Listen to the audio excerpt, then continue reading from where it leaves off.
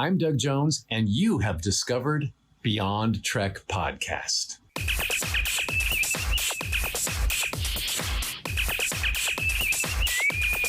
On a red alert. I'll say that the rest of it was good. It was very Trek. How can you only like the ending? Because I cried. Stop. Okay. Stop. Do this during the thing. We're recording, so we can totally do it. Well, I can talk about whatever I want. I can talk about She said it. I think anything. And I don't know if you're going to edit this part out or not, but I've gotten feedback saying that our cold opens are cool. Oh, the casual conversation is just like, this is what we do. Oh, really? Okay. Listeners, we bend to your will. Yes. So whatever you want, you just let us know. I mean, the only reason we're popular is because people want to listen to Watney. So That is true. Yeah, we got all kinds of praise for Watney this past. Whatever. Murphs, there's a reaction gif. Yes. We had a review that basically said the reason I listen is because of Watney. So Watney, I think our ratings went down when he went on that vacation, and they've steadily been going up again. Mm-hmm. So somebody explicitly said your show has too much facial hair now. Okay. I'm working on it. I can be the sacrificial lamb. I can reduce mine. No, we got beard, goatee. I'm definitely joking. Okay, good. Okay. Do we like this episode? I know I did. Watney sounds like not really, and I don't know. God. Like, I'm all about plants. Like, I love plants, but there was a few weak spots for me, made the episode mediocre, but still enjoyable. Like, I still liked watching it. So before we get too deep into it, spoiler alert for everybody. Spoiler alert, spoiler alert, spoiler alert. If you haven't seen this episode, too bad. You press play, so you got to get all the way through it. I'm Big J. I'm Dag. Renzo. Awesome. All right. If you don't know us by now, hey, it's out of the way. Yeah. If you don't know us by now. I don't know that one. Dag had a delicious breakfast sandwich this morning. So let's in a great mood. Well, if you're in a good mood, let's take advantage of it and dive right in before that mood wanes. Episode 5, season 3. Die trying. What is that? I didn't really get the title. Didn't quite get the episode title. Yeah. So the first scene opens up on Discovery. The crew, we haven't met the Federation or Starfleet yet. Like, they're on their way, and they got the coordinates from Adira. It's a captain's opening log, which I don't think we really get. We got a few with Pike, right?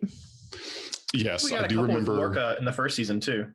Okay. Yes, it's pretty rare. It's nice to see that again. The captain's log. I do miss that. Mm-hmm. Probably something that was specifically selected for this episode, as it is kind of a homecoming. Right. Well, and there was a very interesting line that I just wanted to pause on a little bit, Watney, if I could, during the log, because I've found myself talking about this quite a bit recently. So he said they were on the way to Federation and Starfleet headquarters, which once was separate, now have to abide together. And the way that I explain that, and I've been talking to people that were kind of like, well, why was it separate? Isn't it the same thing? They were both on Earth.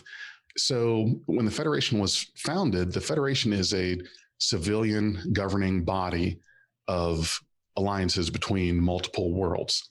When it started, you had Earth, Andor, Vulcan, Tellar, and usually a sixth, sometimes seventh, but the main ones, we're just going to have those ones there. So in regards to Federation headquarters, they couldn't have it on Vulcan because Vulcans had beef with the Andorians. Couldn't have it on Andor because the Andorians had beef with the Vulcans. Tellar, they're just rude and always kind of belligerent. Beef with everybody. Yeah, they got beef with everybody. So it was just decided that Earth is probably just the best neutral place to have Federation headquarters. Okay, so that's out of the way. That's the Federation. Each race had their own space force. Earth had Starfleet, the Vulcans had whatever they called it, Andor had theirs. So everyone had their own space force. at some point it was decided that, well, let's just pull all of our resources of the military branch and the shipbuilding into Starfleet. Instead of trying to maintain Vulcan stuff and Andor stuff and et cetera, let's just push it all into Starfleet because, yes, the humans really have a knack for this stuff with weapons, military, et cetera, et cetera. We wrote them that way. Right. We, grew up that way. We are the center of our own story. Right. So I mean, we're the ones paying for the show to be made, so it's got to be about us. Correct. Fucking Vulcans, man. So you've got Starfleet this on the check. So you have Starfleet headquarters in San Francisco, Federation headquarters in Paris. Now, at any time, Federation headquarters could be somewhere else. It doesn't have to be Earth. That's just how it ended up. Earth became the center of the civilian government, and they already had the better military arm, and all the resources went into that. So that's how you got Federation and Starfleet headquarters were both on Earth. That was just a thing there. So yeah, they were separate entities, but now they have to be even closer together, I guess, apparently than they were. Now that Earth has left the Federation, that's the thing that I was kind of surprised about. So Starfleet, did Starfleet kind of get co-opted into the Federation? Like you're a Federation owned subsidiary now. You're not just Earth's force, because Earth had the United Earth Defense Force and Starfleet was taken. So Earth didn't get to keep Starfleet. So early on, well, not really early on. It's in novels that were pretty recent, right? But they're novels that tell the story of like 1 year after the Federation was formed, right? And all the political stuff that had to take place because of it. You're right. The Andorian Guard was folded into Starfleet, right? The Tellar fleet was folded into Starfleet, right? But they were all folded in with a different purpose. So the Andorian ships and the Andorian Guard were used as border defense, picket guards, right? The Tellar fleet was used for logistics, so ferrying and transporting things around the Federation, right? And the Vulcans were used for research, and then Starfleet was for exploration. The human Starfleet was used for exploration, right? So each one had its own different roles and goals, and as Starfleet evolved, those distinctions faded away and they all just became kind of one thing. I think it's a really interesting idea, though, to put the military essentially as the same group now as the civilian government, because that's kind of what it seems like when they talk about like there was a distinction. One was the government, the other was the military. They're talking about them being merged. And I want to know if that has any sort of like grander implications with regards to like civil liberties, because that's something that we always saw that the Federation held very, very seriously and took it very seriously. And then Starfleet would have to catch up sometimes. See, and I took away that they were literally, it was like even simpler that they were literally just living in the same building now. Yes. For sure. You had the same starbase, but you've got Starfleet managing the Starfleet stuff, and you've got the Federation managing the political diplomatic stuff. And they're in the same starbase, but they're not merged entities. Oh, and Section 31 is here too. Yeah. Right. We'll talk about him later. Yeah, they're leasing the same building. They're leasing the same building. I would imagine that the reason why that they've been completely just like cut off from Earth is because when the burn happened, so many were stranded out in their exploratory missions that they could not get back to Earth. And so I'm sure, I don't know if like subspace, they could still communicate on subspace. Not really. Because they mentioned that they broke down. Remember, they need to be tended to. Oh my God. Wow. Let's just crush every important can in the entire narrative. Like this is kind of weird to me that this is the direction that it's in. But yeah, I guess just to stay a little bit more on track. Thank you, Big J, for the history. And Renzo. So we learned that they must now abide together. Everyone's kind of in one apartment building. So they have the coordinates. They head to the coordinates. They go through a very pretty distortion field, which is masking the coordinates, what's within those coordinates. And we basically enter a giant snow globe. And the ship is being tractored in, All kinds of nice Renzo, looking what's ships. that phase? Tell us what you think. Eye candy. So I'm a Star Trek ships nerd. I'm a space ships nerd. If it's got spaceships in it, I probably want to see, ooh, how many guns does it have? How fast does it go? Ooh, how many people are in it? This entire scene was basically just porn, right? It was ship to the left, ship to the right. Oh, and even the crew people were talking about it that way. That scene with Jet Reno and Stamets being like, ooh, if the nacelles aren't even connected, with Owoshikun talking to Tilly about it. Everybody was talking about all the pretty things outside, right? It was just fantastic. Yeah, And, it's cool to see these all, like, you know, they've been so like in the desert. Really, to point it out, though, these are the same designs that we saw on 2 episodes ago in the scene where Michael describes what happened during the burn, all the ships that kind of just exploded. Same design, same ships. So. It was nice looking at the ships. Could you imagine being them? You're 930 some years in the future, seeing all these ships. It would just be like amazing. And they're talking about some of the technology that's in use, neutronium fibers, holographic containments. Imagine showing Charlemagne an F-22 fighter. That's kind of the gap here, right? And trying to explain what it can do, and having it flies like a bird, but it blows things up. Yes. Can just imagine the applications of having a ship that's entirely holographic? It's tiny. All you need is a massive energy, source that can produce a holographic ship, and you can go anywhere you want, and then land your ship, and then break it down into a suitcase. Ooh. Okay. Zach has clearly thought about this a lot. I have questions regarding the post scarcity of all of this. Like, how are they how are the Federation ideals holding things together when the resources that they have available are so limited? Like, a big thing about the Federation being able to be what it was because of all of the resources they had access to via mining. And I mean, you could just make endless shipyards of ships, but they don't have the ability to do that anymore. So how are things kind of stacking up? And I think we'll probably see more of that through the rest of the season. But they showed, for example, that like donut jungle thing. Okay, great. Why did you build that? Like, what's the purpose? And those are the kind of questions I have. Grow fruit and vegetables. Now, if you want to completely, but we have replicators. Let's talk about post-scarcity, because it's difficult to explain at the height of the Federation when it's working. Now, right. We don't need to discuss that. I think we've been into enough detail there, but there's not enough Beyond Trek podcast for that discussion. Well, we have lived for so long in the like DS9 Voyager, TNG worlds, and where everything is kind of the world building is so vast that we've lived there, and so now we're in a different world, and so we're kind of like, oh, how does this work? Because we know how it works. Jokes about this show, right?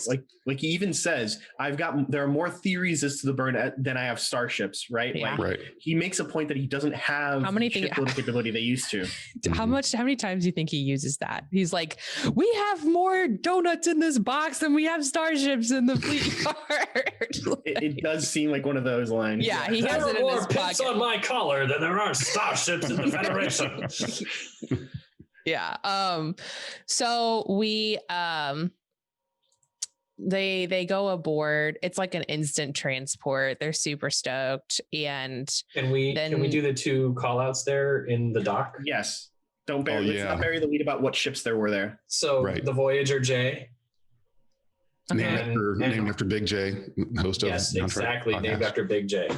And then also the USS Nog, confirmed to be an Eisenberg class starship dedicated to Aaron Eisenberg. Yes, great call out to Aaron Eisenberg. Cool. Nog from Deep Space Nine. Nog, the first Ferengi in Starfleet, and to give him an honor like that was spectacular. That was great. Captain Nog goes on. Mm-hmm. Yes, the Voyager J, nice looking ship there. Mm-hmm. Very intrepid. I was just kidding. They did not name that ship after me. I just want to make sure you guys knew that. They could. You could have 2 in of our them. hearts. In our hearts. Thank you. Jay gets named after you. Jay claimed the Enterprise J first, so Dag's claiming the Voyager J. The Voyager J. J. You get the Voyager but D. You get Voyager the D, for the that. Voyager D. Well, there Are we gonna goes make jokes the about Dad getting entire. the D? There's all the jokes now. All right, we're done here. Yeah, so we hit the title sequence and it's super dope. And we open up on scene 2 on the station, and the away team goes over. They greet the Admiral Vance, I believe is his name. They say some hellos. It's very like closed off, and Adira knows him, but he doesn't know her. Apparently Senatol and him were friends or knew each other. Right. And he really makes a point and told her, just to be clear, Senna and I were familiar. You and I are not. See, and that is such a great juxtaposition between like Cisco and Dax, where Cisco didn't have a problem reassociating with the other Old lives of man. Dax. Yeah. This guy, you know, we can sit here and say, you know, maybe it's just, you know, a little bit of human xenophobia and paranoia. These are time travelers, but also this captain is very explicitly telling the audience, I'm not Cisco. We're not reassociating. Yes, and there's been a temporal war Right. already, so they are right to be very, very cautious of these newcomers. There's also the burn and the collapse of the Federation, essentially, right? Like they've got a lot of baggage going on for trusting newbies. So yes. I get it. Everyone's uptight, stressed out. Yeah, Right, Admiral Tight-Ass. He's very super skeptical of everybody. A medical officer comes up, probably the CMO of the entire station, says there's Killian sickbay. They're suffering from some uncontagious but lethal prion sickness. It looks like a reaction to eating gas station sushi, honestly. I mean, prions are a real thing. Prions are terrifying. Prions are what mad cow disease is. Ooh. So to explain the scientific bit of it, a prion is a misfolded protein, right? It's a protein that isn't alive. It's just a protein. But when it comes into contact with like proteins, it misfolds them. And a misfolded protein doesn't work the way the original one does, so it can break processes down. That's why they're so deadly. But because it's just a misfolded protein, your immune system doesn't ever detect it. It doesn't know what to do with it. It's just there. So they are very, very deadly. For example, mad cow disease, you can incinerate the body of a cow that had it. You can incinerate it to ashes, and the prion is still in the ashes. So if it gets back into food, it can still spread it again. Jesus. Yeah, prions are nothing to fuck with. Wow. Oh, and man. Okay. That's why these dudes are like flipping out on their tables. Okay. Wow. Oh my. Well, it looks like we found a cure. Well, it makes this sense episode. At least for this one. Yeah. So they talk about how the food from that planet that was getting bombarded by radiation or whatever was toxic, contaminated, or whatever. Yeah, like, contaminated. That's the word. Yeah, it was contaminated by the radiation or whatever. So that makes sense. That's where they the protein. It was a heavy metals refinery, and the UVB radiation mutated all life on the planet a couple hundred years ago.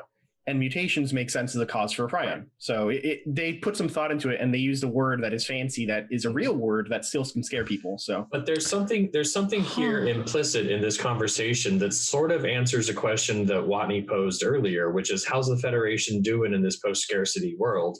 And when Michael goes and proposes, hey, if we can go do this thing in 4 hours, we can figure out where they've been, what the cure is, create a cure, and get these people safe in 4 hours. And he's just like, oh, okay. So medical tech is still cutting edge here. Mm-hmm. Yeah, you can tell because it's all hologram based. Here's a holographic cure. It's so high tech. We're not using the technology has still developed like insanely, and throughout the 900 years or something, as it should. I mean, that's like pretty standard, I think. I did not know about prions, Renzo. Thank you very much. That's like such a medical like nugget, and I'm like, I love it. It tastes so good. That was nice. Thank you. It doesn't. Yeah. Burnham is obviously super concerned. Like, hey, we can help. Let us help. The Admiral's like, we're gonna take your ship and go do it ourselves. But we come to find out that Discovery is best suited for this mission because of a very specific crew member. That's race. So it's important that they all go together and they just have someone overseeing everything. So we switch over to scene 3 in the brief room. There's some dude sniffing Burnham. We think he's an AI hologram. He's pretty annoying, honestly. He doesn't know about personal space. Wasn't programmed for that. He knows and doesn't care.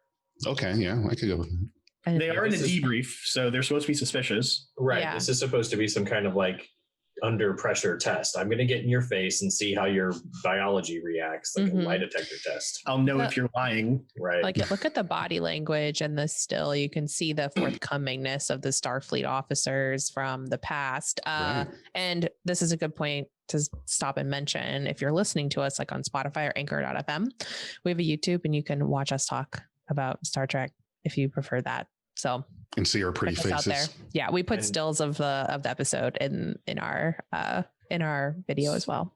Let's talk about the uniform, Gag. The uniform that the AI is wearing, right? Oh, the AI. Well, we're going to talk about both. Don't you worry. Don't worry. But the AI's one reminds me a ton of the jumpsuits from the motion picture. It does. It's not the only one. There are a number of callbacks to like Willa, the lieutenant that goes with them. She also has a very motion picture aesthetic. It's gray.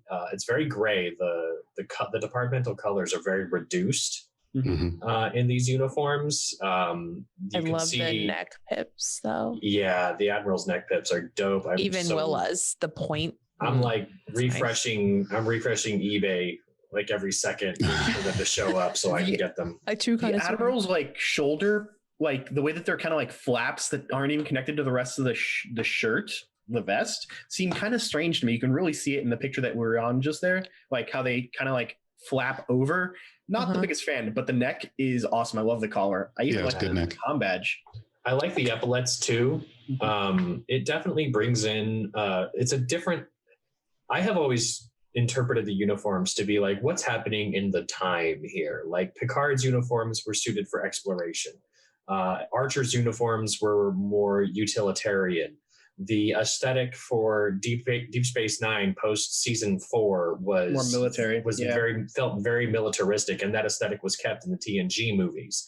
And then you get Lower Decks, where it seems sort of a cross fusion between a TNG and the STL, the Monster Maroon kind of feeling. And then and these seem very reserved. I'm with you. These seem like they kind of meant to like fade into the background kind of colors.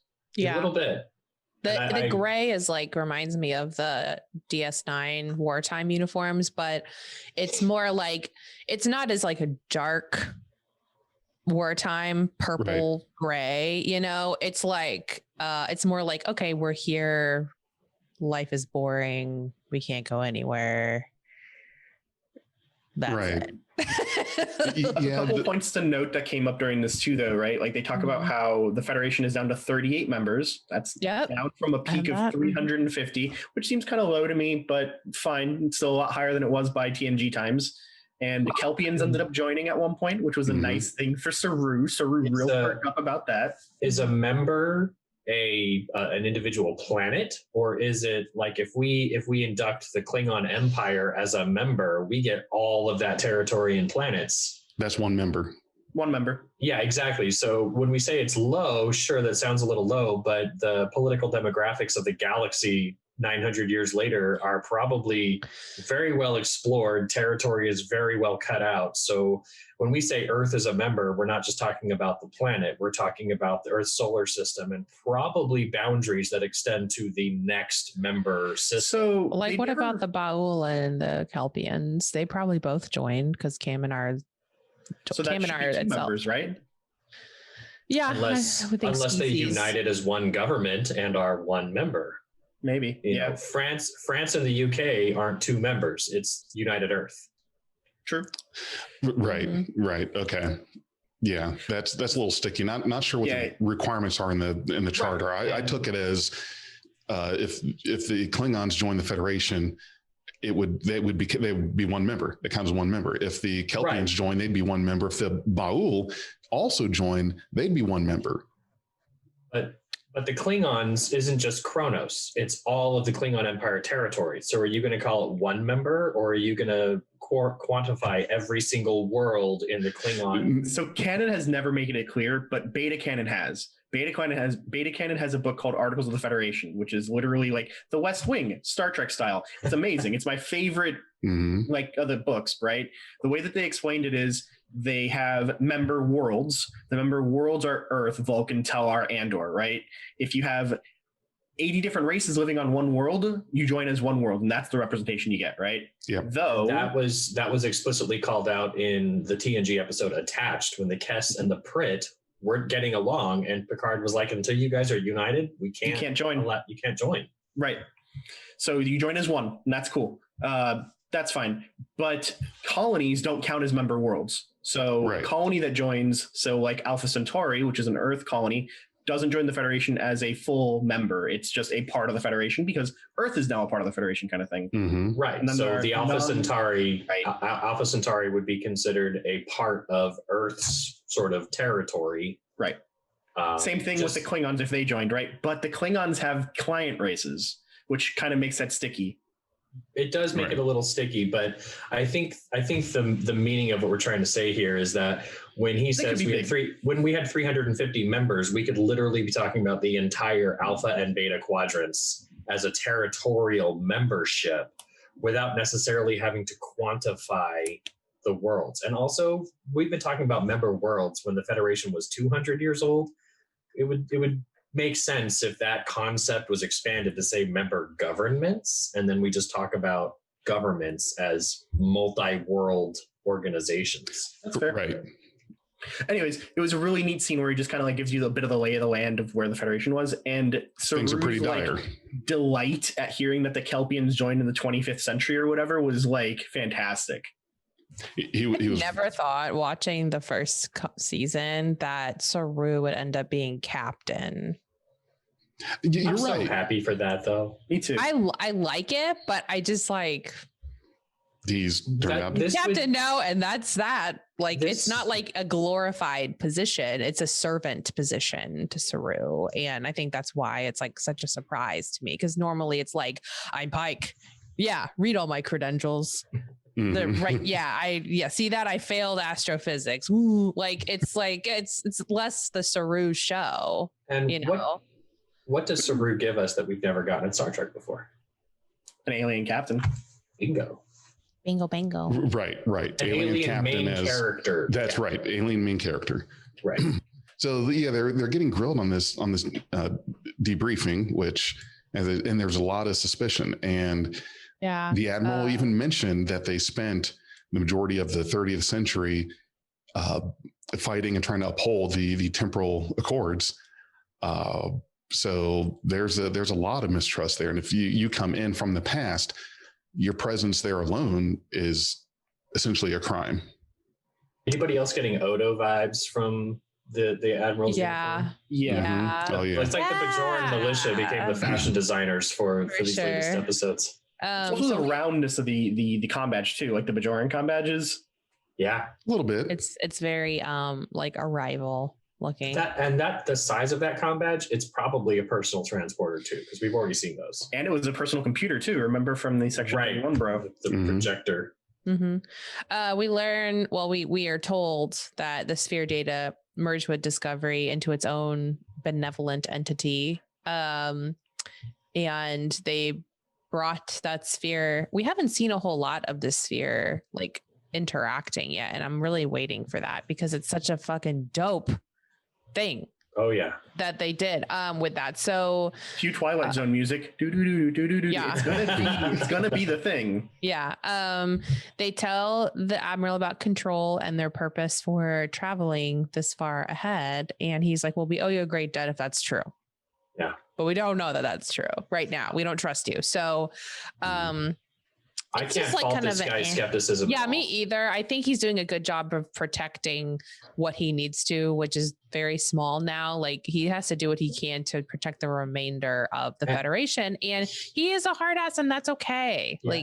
And also he's not like restricting them to the brig. They're free to walk around the station, and they're free to they walk straight into the command center. Later on, after all the skepticism has been presented, they go straight up to Willa and are like, "Hey, we need you to talk to the admiral for us. He's not confining them to, non-classified areas of the station. So he's he's walking a very fine line. Yeah, he's very Jellicoe to me. Like, I got to do the right thing. And even if you don't like my attitude, I'm doing the right thing. They don't have the luxury of taking risks. He skims the trope of evil admiral without crossing the line. Yes. He's just a skeptical admiral, not so much evil. Not like Nechayev, who's like, at some points, like, I don't know. She does the line too. I like her. But Nechayev was just mean. And she just carried herself that way. So one more fun detail that we skipped over was the mention of the Emerald Chain, which is the combined Orion and Dorian syndicate. Yes. So that was the pressure that was scaring the admiral a bit recently. Like, he gets a report about the USS Cuyahoga. So right, the Cuyahoga, and what else did we learn in that moment? The name of the bad guy, Osira. Yep. Osira. Maybe that'll come up later. We'll see more about that in the you season. should be happy about all the Ohio representation from the episode then. Right. Yeah. That's a good point. I totally missed the Cuyahoga reference in the name of the ship. I don't know how I missed that, but yeah. I do like the Ohio references. Let's keep that going. So we skipped to scene 4 in the Discovery Ready Room. Saru is tempering Michael's expectations and ambitions in this scene. She was ready to go all ham and just let's get. Yeah, her year abroad, her off year. What do they call it? Gap year. Her gap year, which she totally deserved after saving the whole fucking universe. Her gap year opened her eyes to bullshit, I think, a little bit more, especially bureaucratic bullshit. And so she's ready to take the Discovery and go off and do this anyway. But Saru is the perfect captain in this situation. And he kind of middle of the roads it between like knowing what Michael is saying is right and they need to do it versus actually breaking protocol when they are trying to get in the good graces of the Federation now. Like, they don't want to be rogue. You got to gain the trust. And that's what Saru had to remind Michael of. And you're correct, Watney. He knows that needs to be done. But Saru being Saru and being a great captain, he does it the correct way, the way that it's supposed to. Now, if that was Kirk, that would have been the outcome. He's going to go get it. Rules be damned. But Saru's not like that. And I think Kirk is also the golden poster boy for the Federation at this time. So he can get away with whatever because he has that privilege, but they don't have that. No, they don't. So we skip to cargo where Saru is basically telling them, hey, just play along for now. We'll see. It's basically that vibe is like, play along for now. I'm surprised the Sphere isn't stepping in because we've learned the Sphere wants to protect and care for the crew. I'm sure the Sphere is just waiting.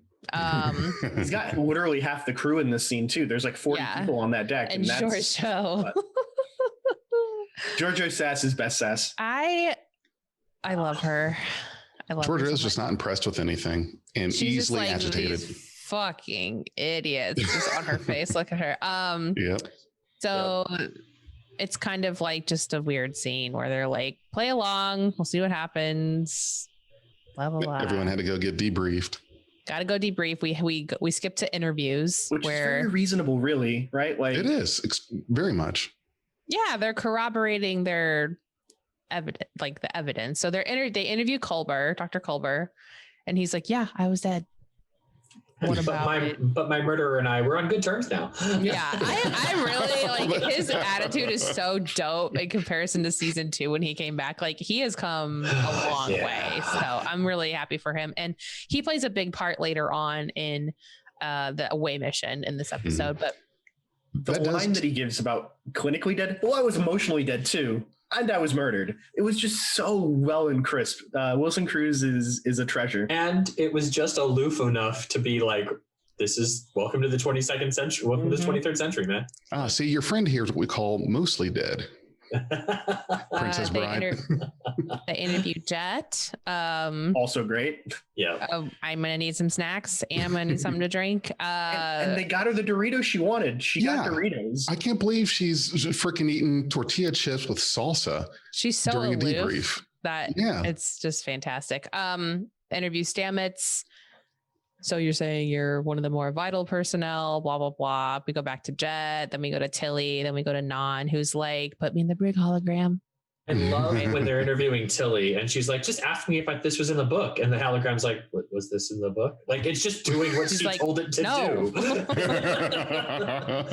I mean, it's showing how used to a different kind of playbook the holograms are interacting with 31st century Starfleet versus interviewing this sort of more cowboyish Starfleet. Because we have to remember, in the 23rd century, in the 2258, Starfleet still isn't sort of, I have to use the word concretized, so to speak. Mm-hmm. You know, Kirk is out there doing cowboy stuff on the wild frontier of what was those borders. They don't even know Kirk though. Like, right, they don't know Kirk, but if we think about this as a whole, this is still very frontier exploration. So you have this crew that, even though in the previous two seasons have been very, rank and file Starfleet, what we're getting here now is this sort of juxtaposition that they're still kind of cowboys on the inside. And I like that because they're able to thwart the expectations of these people. They have to be out of water. They have to have that feeling. Mm-hmm. I love when we do those little thought experiments of how other characters would have handled these sort of debriefs. Can you imagine Pike having been getting this debrief? He would have been so over it too. He would have been a lot like Georgiou, over it when they started asking him.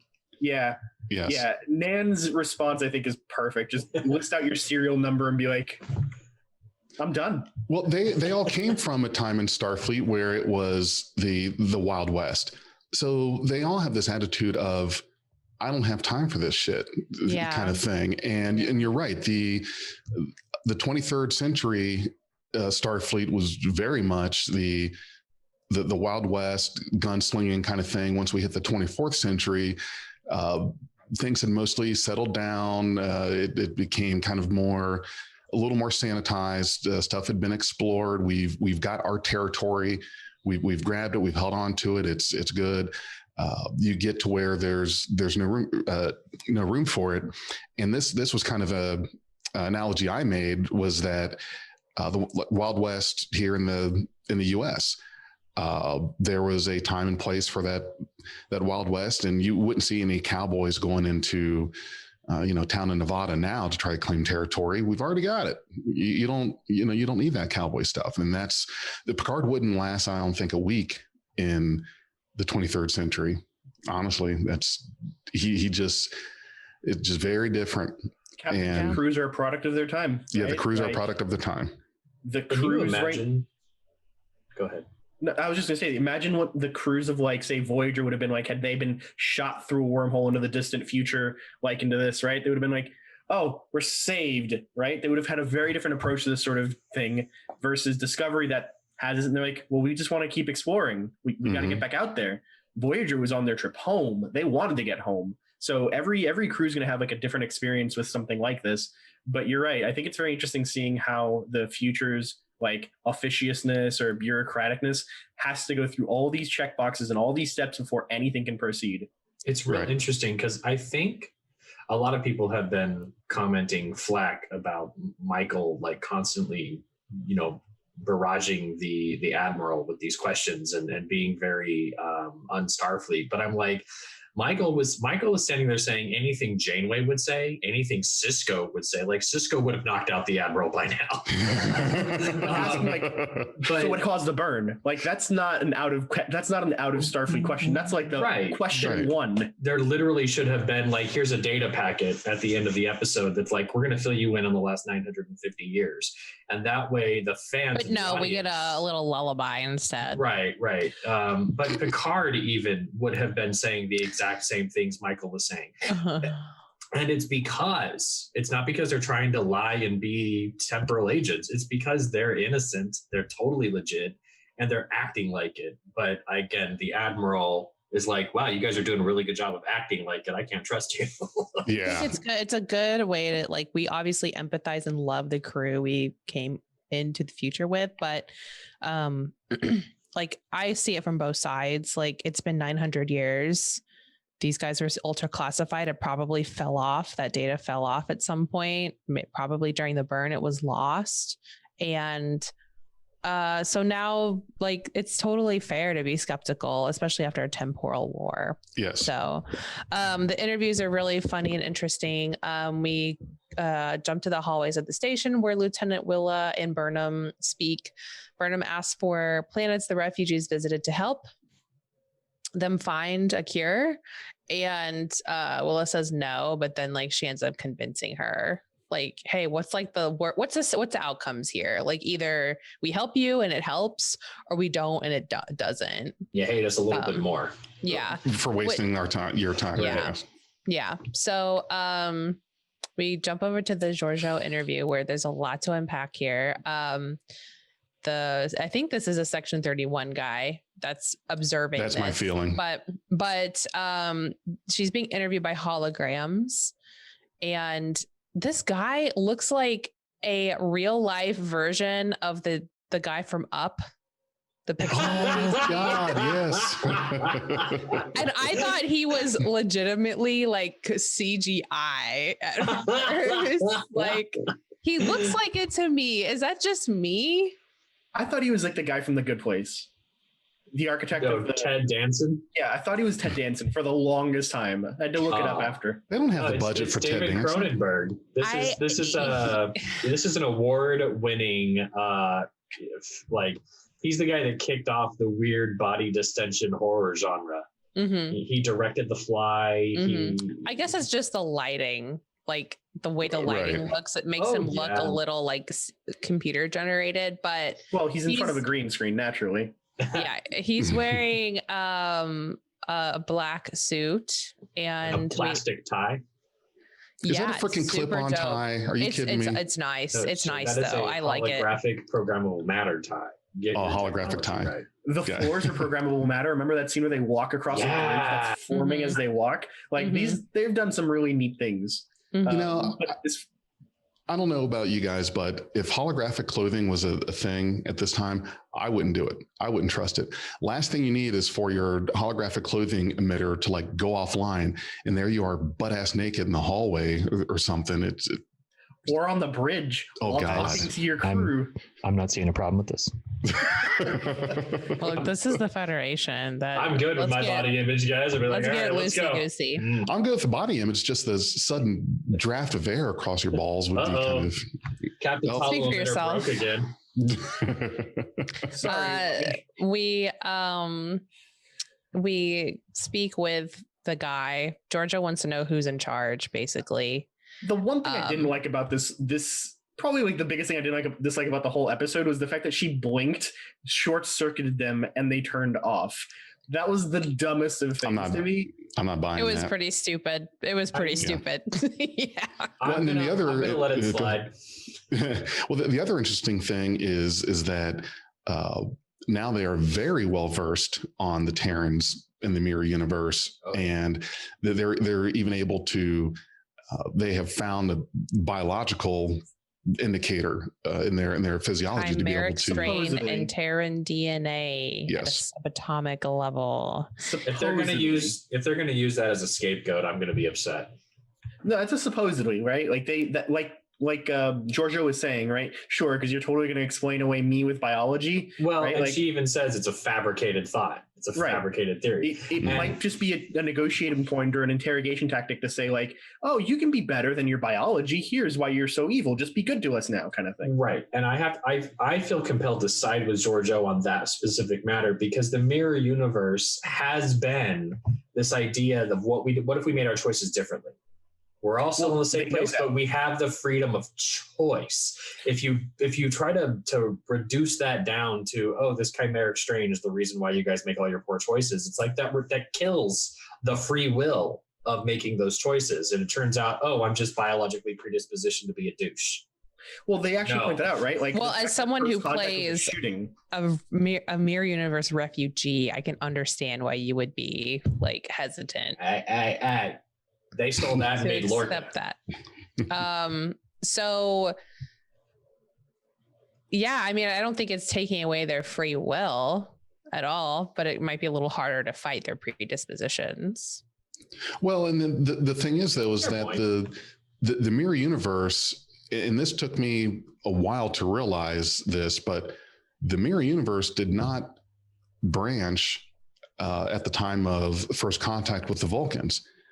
I know in the Enterprise episode Mirror Mirror that they showed that scene from first contact, made it like it was playing out like that, but then suddenly Zephyr Cochrane pulls out a shotgun and just blasts this Vulcan all to hell. And for the longest time, I thought that, okay, this must be the how the mirror universe started or something, but it wasn't. That I don't think that they were trying to imply that. The mirror universe was always, from the beginning of time, that was the split. So when this universe was created, so was that one. It's always been the way it was. We're just seeing how that event was handled differently then. So It's so weird to me that the mirror universe, like, oh, we're so different from them, right? We're so different. Okay, then why do all these people exist at the same time? Like, they made all these crazy choices. Certainly a parent killed like someone else's parent at some point and set the whole thing I get it, This yeah. great conceit of the mirror universe, right? I can answer that with that theory in physics that, like, if there are infinite possibilities, then there's infinite worlds, and one of them is the mirror universe. Now, there might be a whole bunch of mirror universes out there that don't look like us. We just happen to stumble upon the one that, despite their evilness, they keep breeding the same way. So we learn actually in this scene that there has been like kind of a growth between the two universes, and that I don't know if it's this one or it's in a later scene, but they kind of go back and forth here. Let's keep moving. It's here. We go to it's later in the episode. Oh, my bad. So we go to sickbay where the Kili are dying, and the Admiral does allow them to help. Somehow these Starfleet officers from 900 years in the past are still like knowledge bombing these futuristic Starfleet officers with here's how this would work. Like, they haven't thought that through already. I don't know. I have an idea here, though. Again, I have lots of ideas. I know I'm terrible, but every doctor down there would save the person who came and briefed him earlier, who had the white stripe on her uniform. Yes. Every doctor down there's a hologram. And it looks like medical knowledge, like even general medical knowledge, has been specialized here to the point where, like, you don't need to be a jack of all trades anymore. And this is where, like, Burnham's, like, jack of all tradesness kicks in. She knows a lot about a lot. Whereas everybody here in this future seems to have been, like, siloed, and this knowledge is not as general as it needs to be. And again, if you're on the frontier, you need to know how to command and you need to know how to do first aid. When you live in the comfort of a space station where everybody's a meter away from you, those guys over there can know all the doctor stuff, and I can be here. Yeah. Well, let's remember, though, they've got 120 years now where they haven't had a Starfleet Academy. Right, like the systems that established before, all of the planning, all of the, like, you go out on your first tour, all that stuff, the 5-year missions, all that's gone, right? So in 120 years, you're going to lose some troubleshooting knowledge, right? You're going to lose a lot of these muscles that you're just not going to be working. So I think there's still got to be some kind of training institution. Sure. But I mean, like, the focus of Starfleet before was we make people to explore and defend the Federation, right? And if you don't have the ability to do either one of those properly, it's going to change the way you think about things. So it's like going to a state college versus like a tech school. Right. I think that's kind of true. But then there's also the added horror of they probably lost their super top of the line fleet during the burn, which is why we have all these other ships now. And with the loss of those ships, you lose your cutting edge minds.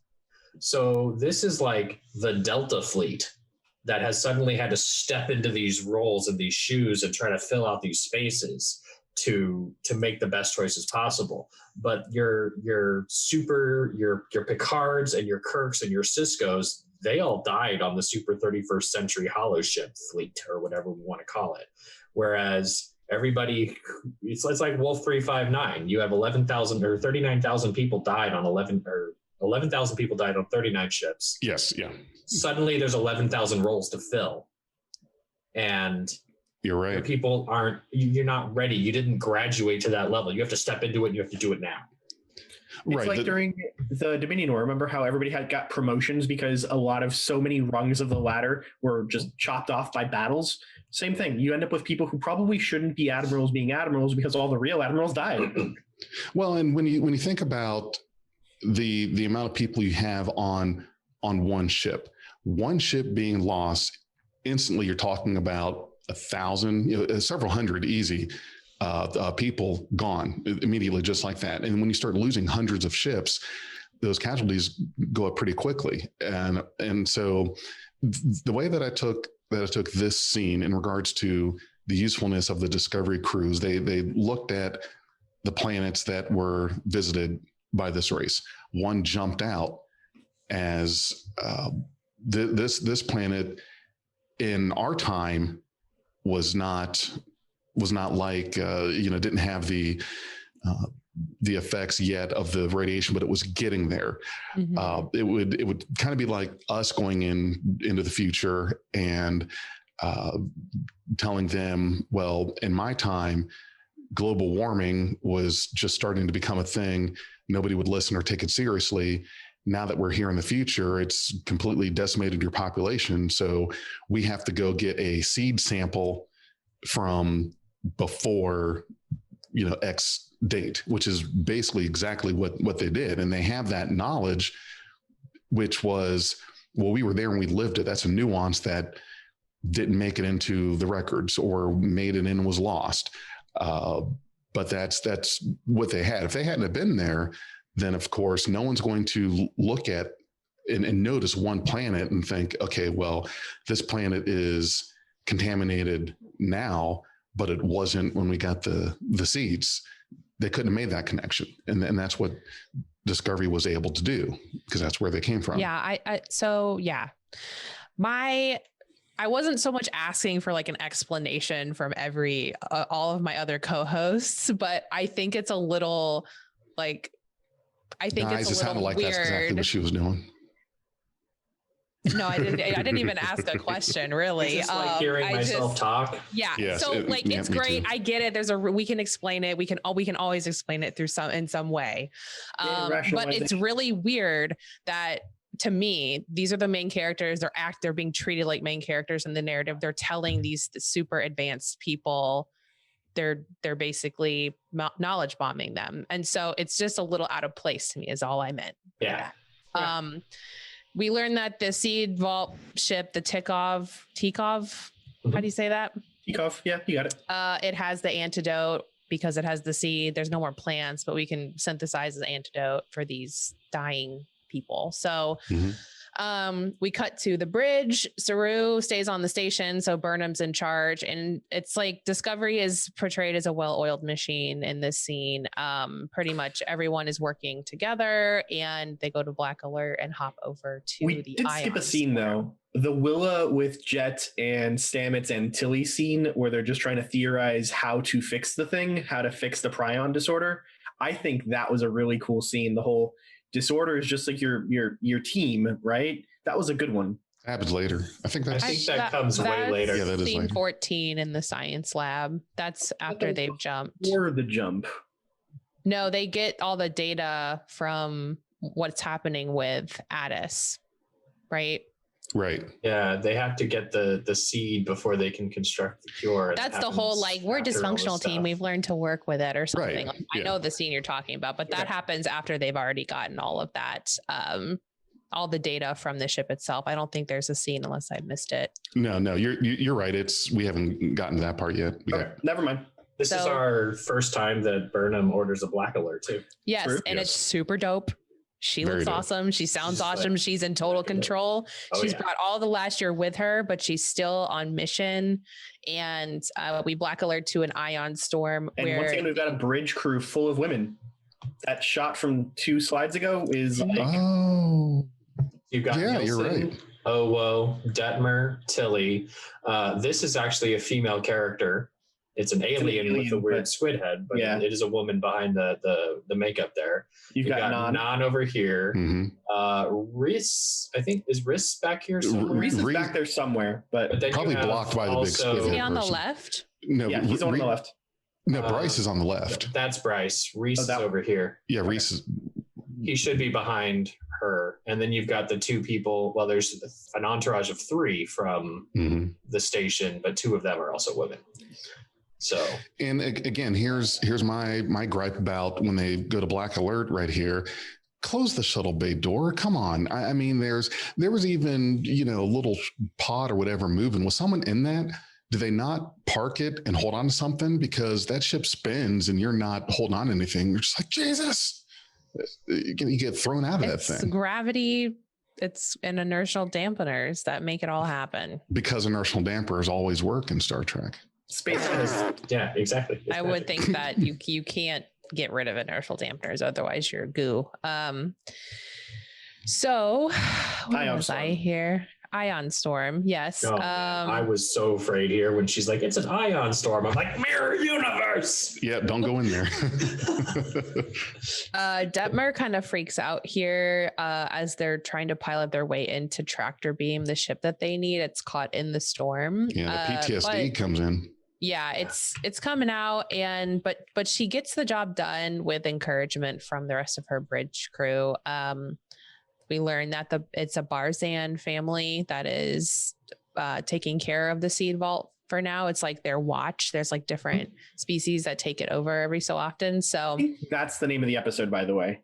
Their duty is to trying. watch the Tikov or die trying, right? Or to protect the seed vault or die trying. I think that's what they were getting at. Okay. See, and I Maybe. was, It I makes kind of sense. took it as we need to prove ourselves to Starfleet that we're legit or die trying to. So, double entendres, whatever. Yes. yeah. So Burnham and who else? Culber and Nhan beam down because we learned that the Barzan joined the Federation, which was super exciting for her. They beam into the Tikov and head to the seed vault. There's a blinking life sign or something on Culber's medical tricorder. I want to ask a question because I didn't notice this, and I've watched it 4 times, and they keep saying when she beams down here, she doesn't need her breathing devices, and that's fine, and they have theirs because you can see the little things on the suits. But they say something about her eyes. They change Yes. color. Do They did change. They were She's not- really, really blue, Yeah. like deep blue before, and now they're like a brown color. So there's something about the atmosphere of, That Real eyes, real changes me, or real air, real me. something. that okay, I somehow- think it's that maybe it's a somehow difference between allows- real air and their like artificial Barzan breathable air. My Yeah. brain is like the only difference is pigment. The reason that blue eyes appear blue is because they lack pigment, so light reflects differently in the eye there than a brown eye does. Right. And I'm just like, okay, so maybe she was choking the whole time and her Maybe eyes it's more like couldn't a get flamingo. air. Dad, maybe it's more like a flamingo. Flamingos are pink because of the food that they eat. Maybe her eyes change color and her metabolism because of the air that she breathes. Good. Okay. I think All right. that, yeah, I like it's that. like, it's not a far stretch, but How- it is how a do you little know bit that? like, Why do you know that? special. The flamingos thing? I'm from Miami. We have flamingos that like literally hung out outside of my schools. Oh. Guys, what's a flamingo? It's It's- a tall pink No, I'm bird. kidding. Do we want to discuss this in more depth? No. Okay.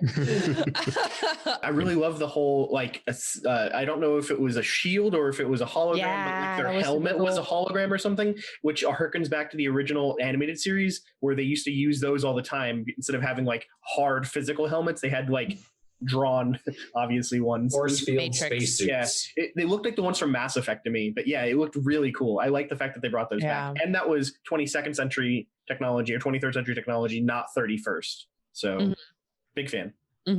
Yeah, so they head to the seed vault. We skip back up to the interview with Georgiou and Mr. Clip-On, and she wants his badge because she wants to see what it's made of, but she crushes it to see what it's made of. He asks why she came with the Discovery crew, and she says, "I have a curious nature." And he's like, "Well, guess what? My birthday's April 5th. She's like, "Oh, a Terran holy day, but not like a super holy day. Not a high holy day. Not a high holy day." And he's like, "You basically built an empire on the motto because we feel like it." He kind of reads her like a book, in my opinion. And he asked like what she knew about control, and she's like, "We dated." I was like, what?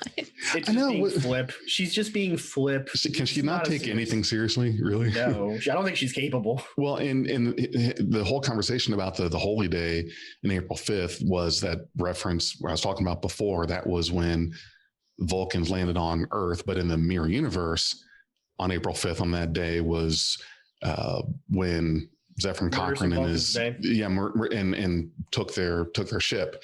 Sometimes Vulcans just need to stay in their own lane. That was a great line. Yeah. We learned that the Terran Empire fell centuries ago, and that distance between the mirror universe and the standard universe, I guess, had started expanding, and there hadn't been a crossing in 500 years, so she was completely alone. Well, when he said that about the Terran universe, and if we're going to assume that the Terrans did not come back into power, the Terran Empire fell by at least by the 2360s or so, because in the crossover episodes for DS9, the Terrans were now on the losing side. It was the alliance of the Klingons, Cardassians, and Bajorans. And Bajorans. How did I? Yeah, the alliance of that they, the Terrans were on the run. Their empire had already fallen, but he's kind of making it sound like it.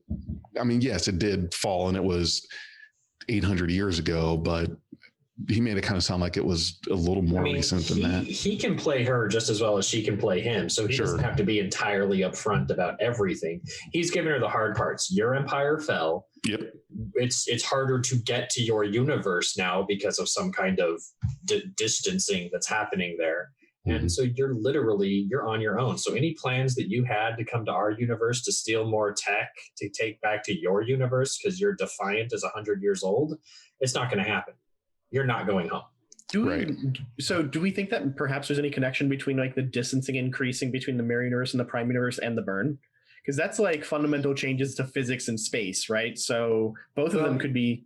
He said there hasn't been a crossing in 500 years. So that puts it about 27th century. Yeah, that's a bit earlier. I mean, it could have started then and then just reached a critical peak. And that's why dilithium, being as sensitive as it was, just poofed. There is an X-Files reference I wanted to bring up here. The way that he talks down to her, like, "Oh, I have all the cards and you're just kind of trying to catch up," right? Reminds me a lot of the cigarette smoking man or the cancer man from the X-Files first few seasons. It's a lot like that. You want to know what's really funny? The fandom, or at least the people on Daystrom, are calling this guy horn-rimmed glasses, which is a callback to Heroes, where one of the main, Men in Black was the horn-rimmed glasses man. Oh, okay. As long as he's not 2x2 gloves of blue. I totally bet that these glasses are high tech too. Oh, He's totally like analyzing her through his glasses. He took them off for like a second and was like cleaning the screens on them for a second too. Like there's something about the glasses, but the comm badge was really sweet on its own. Before JoJo smashed it, he was like using it as a computer interface and tapping on it with a hollow projection from it. Very cool tech. Yes. So he basically tries to get into Georgia's head, but she kind of flips it like she does. Like, the Federation, I think you're afraid. You're afraid of what caused the burn. You don't know what it is. You don't know who really did it. So you're afraid to go out there and explore. And totally valid. We go back to the Tikov. But then he flips it right back on her and is like, wait a second. Or do we have another interview session with them later? I don't know. I think that's because I think because she analyzes him from there, and he's like, yeah, but guess what? You went to Discovery because there's someone you care about. Oh, he does say that. I see, and I think that they're going to be like partners in crime at some point, because he says he's fascinated with Terrans, and I could see them kind of teaming up. He's obviously Section 31. They're the Duck Dodgers of the 31st and a half century. Yeah. Right. When there was all this talk about the Section 31 show, and we kept thinking, well, how can that be? She went to the future, and Section 31 is in the 23rd and 24th century. And okay, so there's no reason to think that they're not still around. So it makes sense now that this is probably how that spinoff is supposed to get started. But yeah. So we go back to the seed ship. It's a super pretty scene. There's they go through like the corridors, and they come up on like a hologram of the family, or a recording of the family getting ready for bed, singing lullabies. It's a similar lullaby. The melody is the same to what Adira was playing on the cello a couple episodes ago. So it kind of like piques Burnham's interest there. Everyone seems to kind of know, or at least there's 2 points, and now we have a pattern of data. So Burnham's mind is kind of like spinning there. Burnham beams into the seed vault, where Culber and Nhan share kind of a very cute moment where he's like, go ahead and look through the logs. I'll stay and watch, or I'll go like look around. Nhan says that the Barzan are known for diligence and poverty, and so everything they get, they kind of put back into their children. And so it was very heartening for her to see this recording. She opens up Addis's logs, and we learn that things went really bad in an ion storm. The rest of the family died kind of while Addis was beaming into the seed ball. And so that disrupted his polarization, and it's causing him to basically like shift through reality.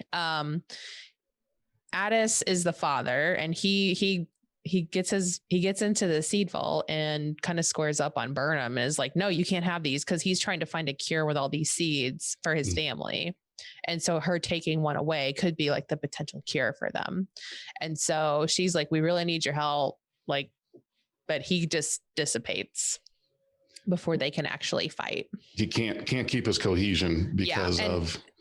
Yeah. And then they need him to use his authentication to get the seeds that they need. So they have to find a way to get him back into reality. Very creepy though, the scene with him like phasing in and out. Like, oh yes, well shot. Definitely good body horror stuff.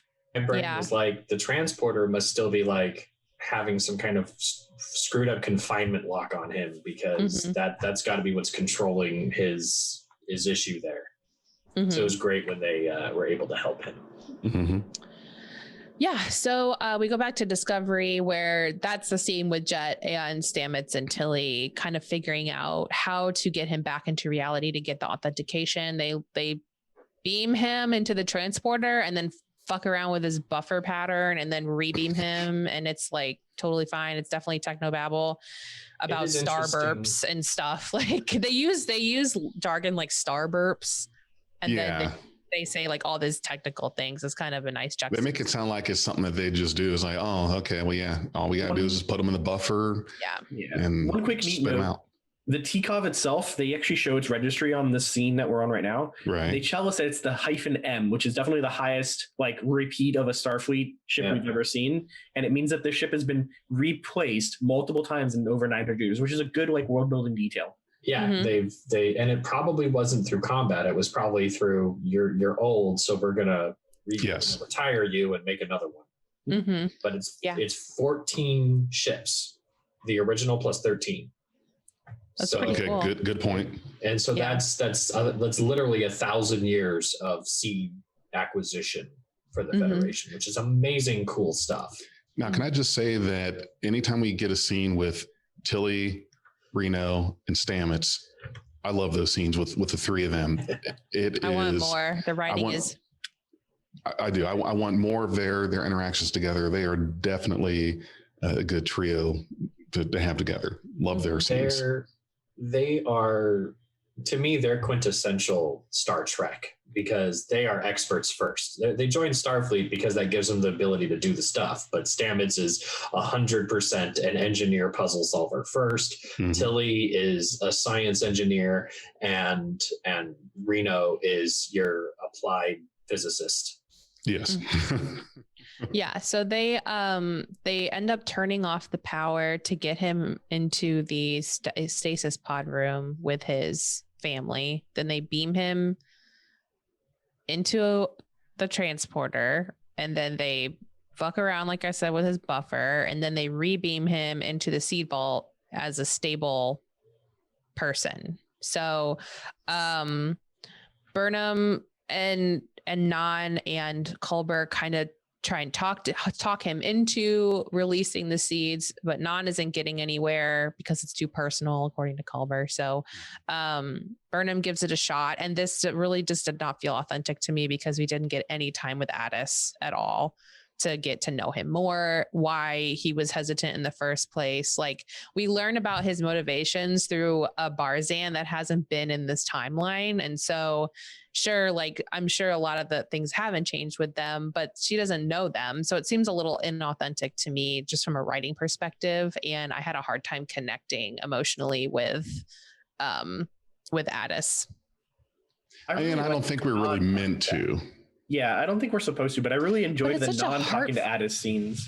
Yeah, it's such a heartfelt scene from Burnham. Like, it's supposed to make you feel something, but I felt like from just a narrative perspective, we didn't get any time with him. So it's hard to really be like, yeah, sure, what you're going through sucks. It's like there's almost a hard time empathizing, I think, from just a narrative. Well, and also the other thing to consider is they ain't got time for that. They've got to get these seeds and go. Well, you got to make time because that's not when you've got people dying on a starbase. You're not going to get the seeds without him. It's a hard place to be. That's it is, and I'm saying it didn't feel that way to me. But I don't know. I feel like that was the intention. Like, we're supposed to empathize here, but at the same time, there's the urgency of the situation at stake. So the audience is going to take away this sort of, man, you kind of forced him to do what you needed to do to get the job done. Yeah, it wasn't very. Yeah, it did. It was absolutely manipulative by them but got to save lives, and they get the job done, and Nhan ends up staying with him. So anyway. You should have seen that coming. I'm very sad about, because I had the same thought. As soon as they said there was a Barzan family on the ship, I was like, oh, so we're losing Nhan, which I'm very sad about because I really liked her as a character. I thought she was great. She played off of the Empress really well. Interesting thing. Nhan got promoted to regular character this season. They're not going to have her on for 5 episodes and then drop her as a regular character. Let's hope you're right. So, well, Burnham says, "I hope we meet again. Our paths cross." Yeah, I think we're going to go a couple of episodes and we'll get Nhan back.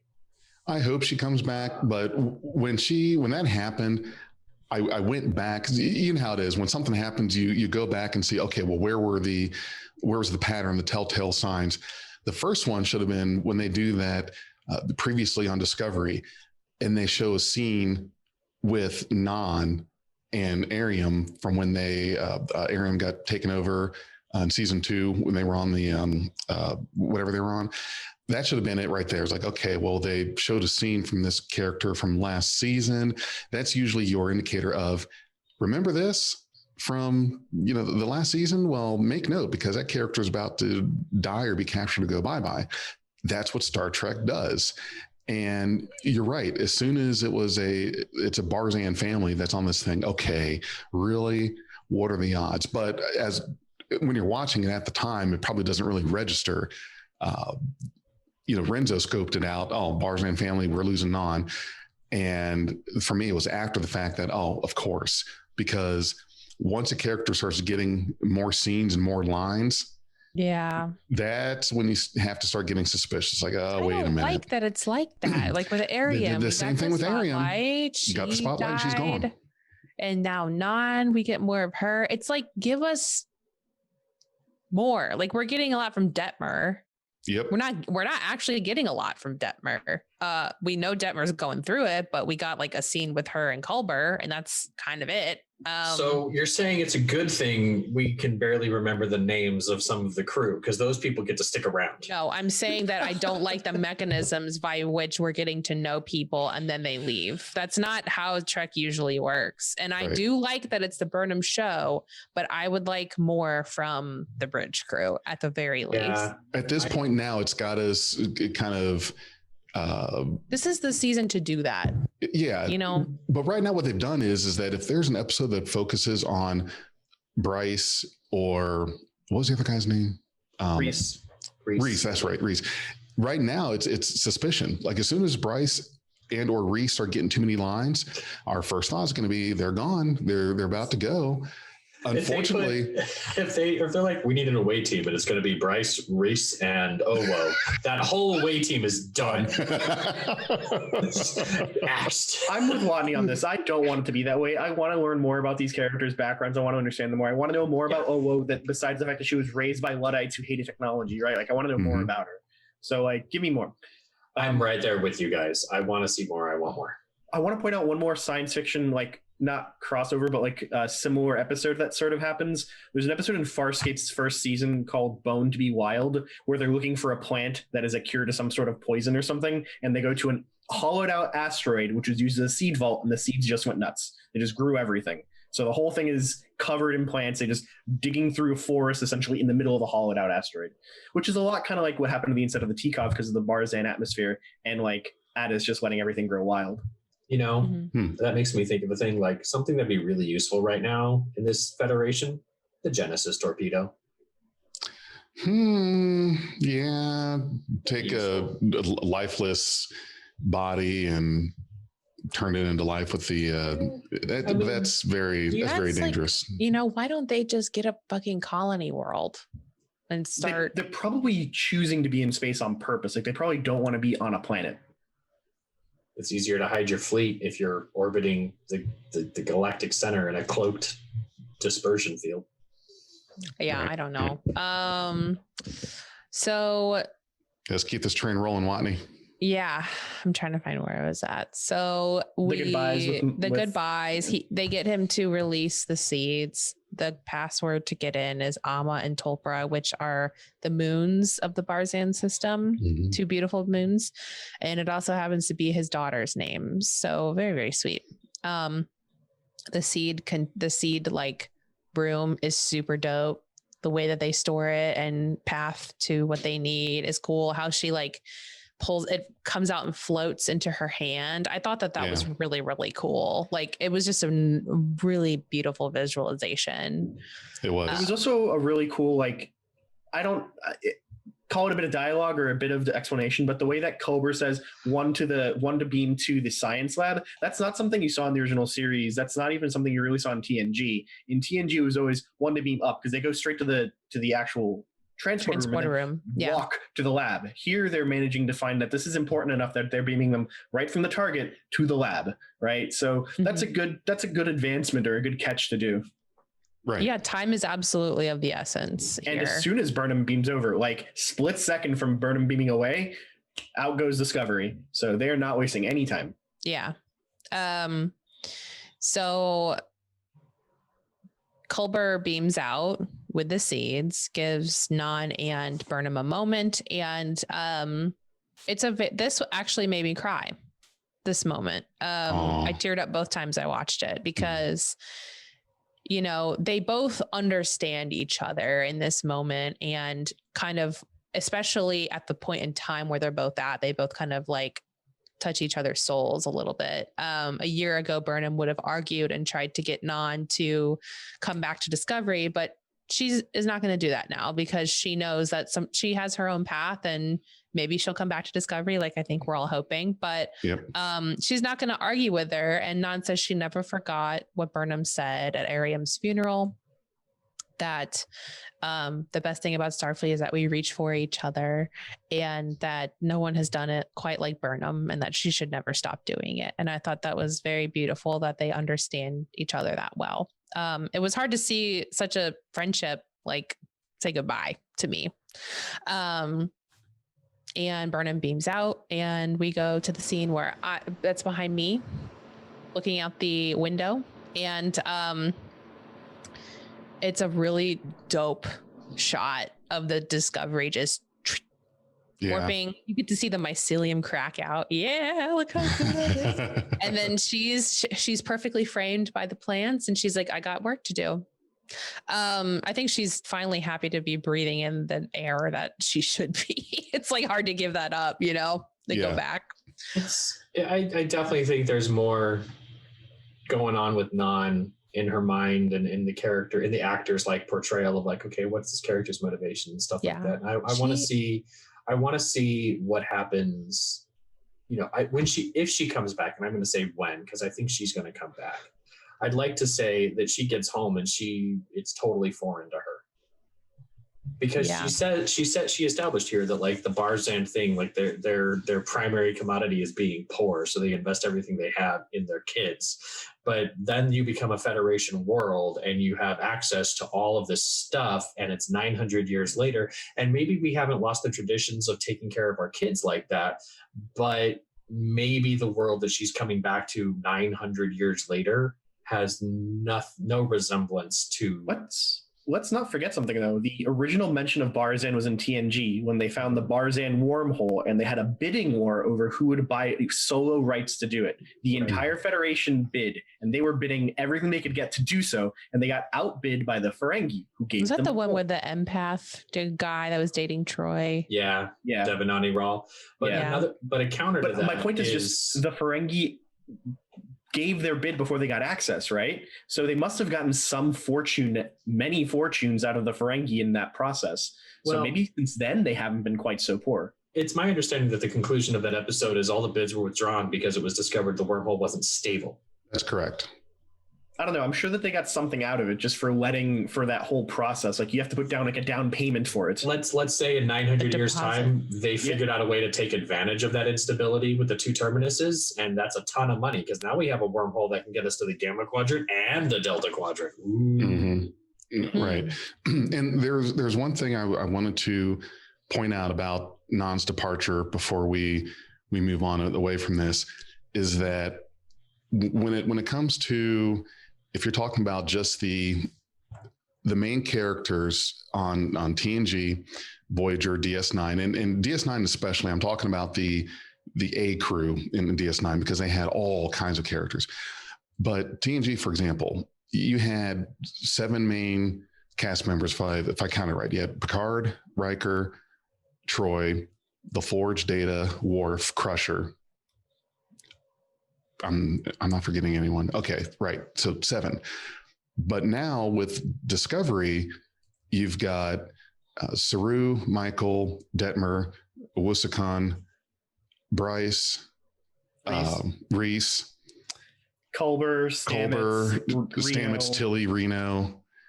It's a bigger the Saurian cast. guy, Giorgio. Yeah, right. You're talking about almost twice as many people to shuffle around. Oh, and the lady that's steadily getting a little bit more and more, who was the actress that played the original Nelson. Miriam. Yep. Right, Nelson.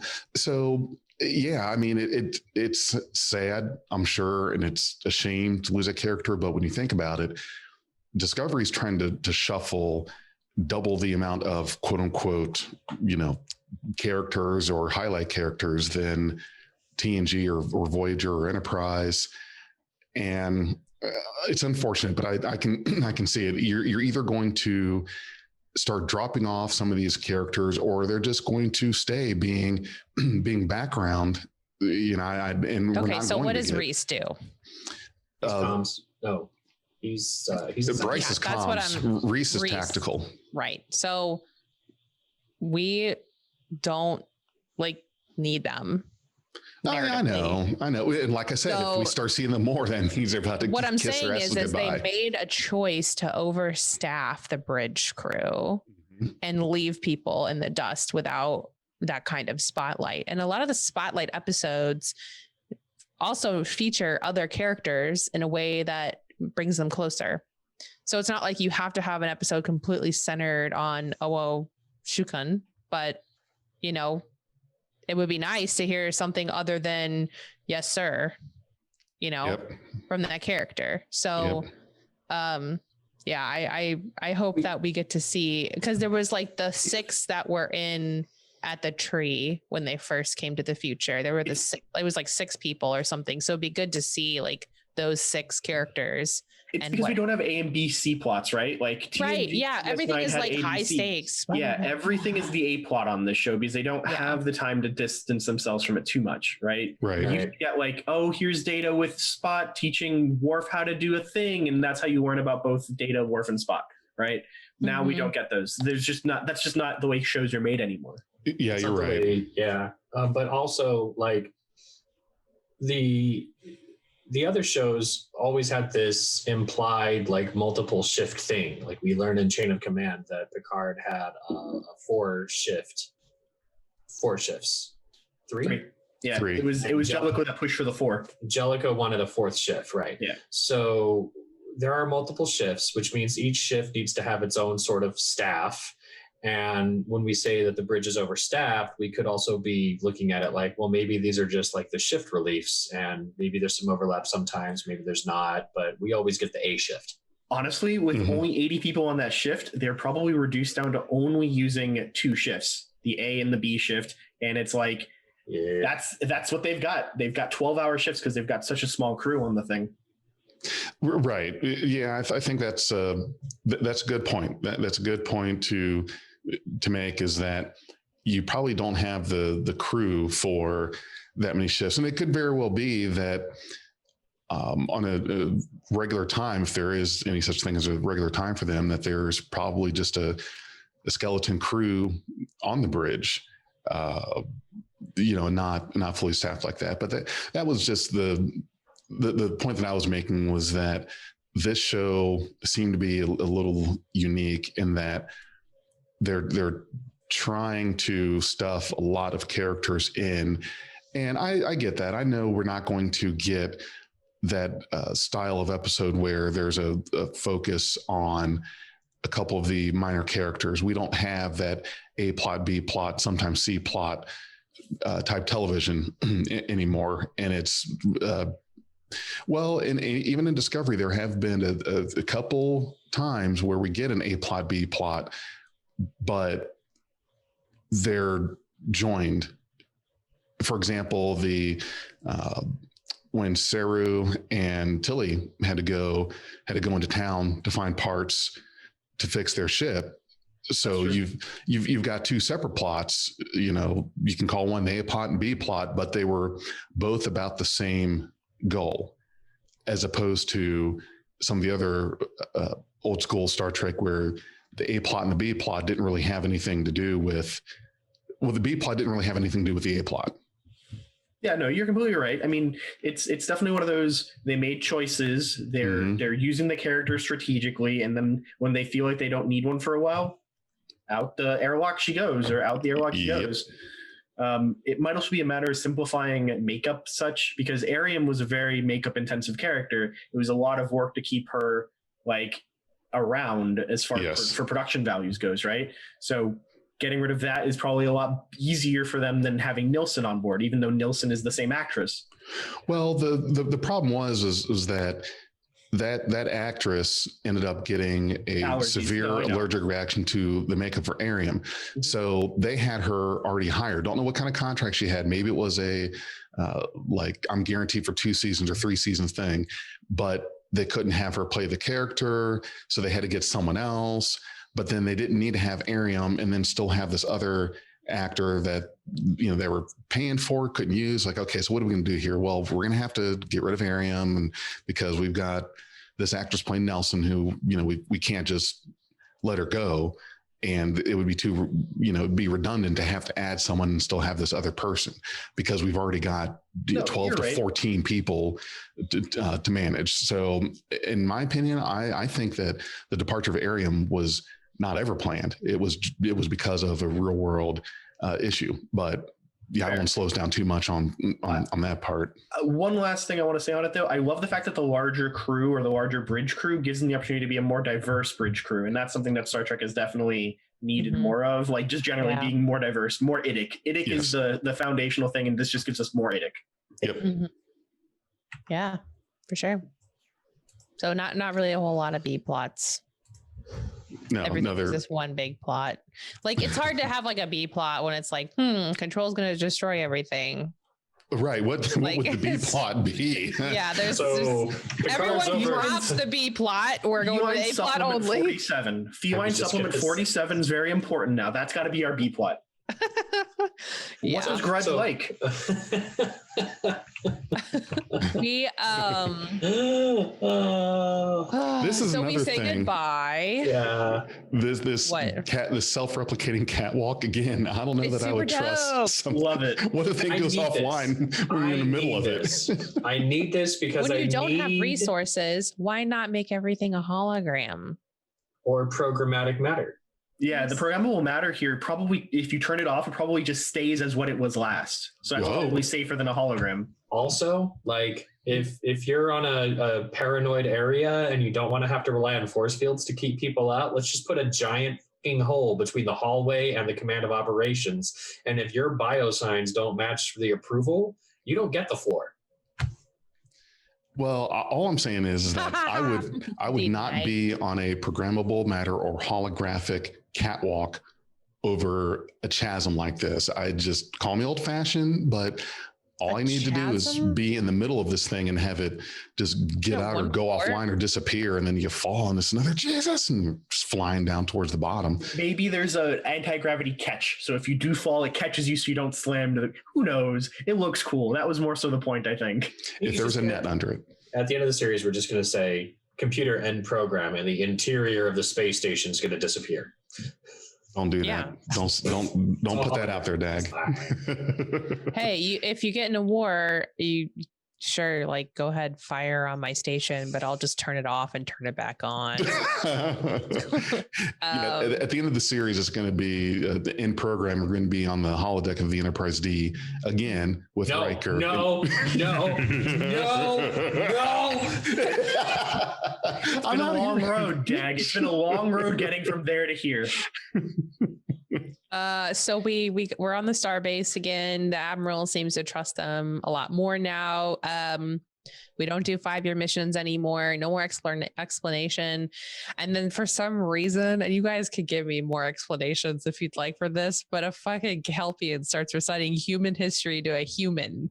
Yeah. To make a point. I'm like, what the fuck is going on here?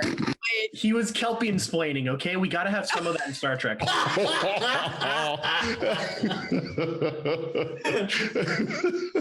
I'm like, Mister, I don't need some fucking prey species who just went through puberty explaining my own people's history to me. Thank you very much. Did no one else pick that up as like, oh yeah.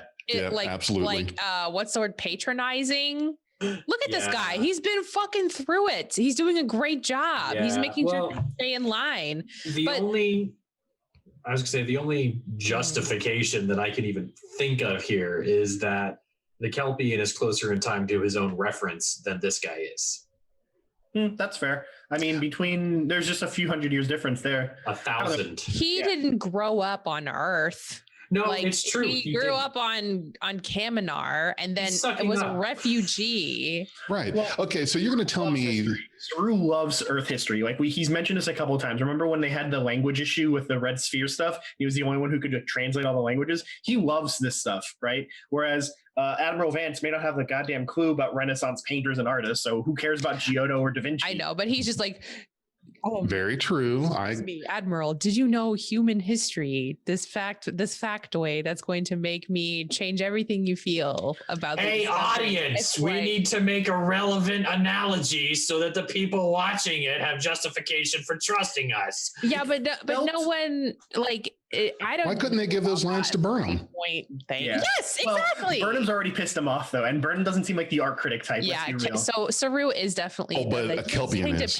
Let's give you a painterly picture of how we're going to help you moving forward. So, like the whole point of Saru's monologue here is that there was a guy in the Dark Ages on Earth's history who gave us a new perspective, like the depth in art, the 3-point thing or whatever. He basically allowed us to start creating wonderful pieces of art, and that lifted us kind of out of the Dark Ages into the Renaissance and looked upward. And so he's saying, hey, the discovery is here. We have the ability to help you explore again and maybe get us out of this rut of fear that we're in. And he kind of likes it. Like, he's like, yeah, I kind of agree. No way. Yeah, this guy is the guy from The Mummy and Mummy Returns. I thought you knew that. Yeah, Oded Fair, right? So here's the Watney. We need a crush on him. No. Okay, here's the thing. Here's the other problem that I have with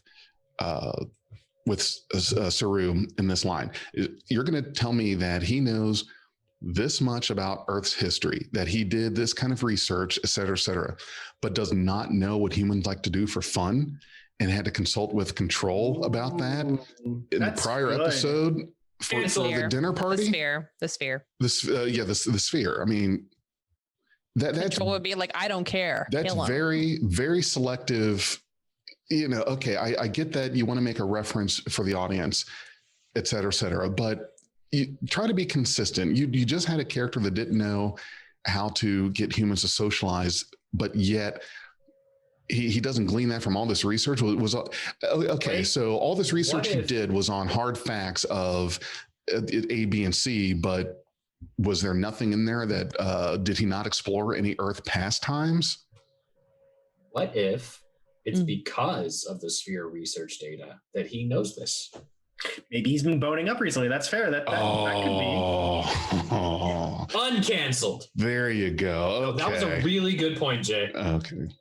I mean, I'm not trying to cancel. So one detail though, but you're right. He probably did bone up after Jones, that. if you're listening, regardless of if it's like, audience, this is for you. It's like, for this admiral, he's like, look at the look on his face. He's like, did you just Kelpie-explain me? You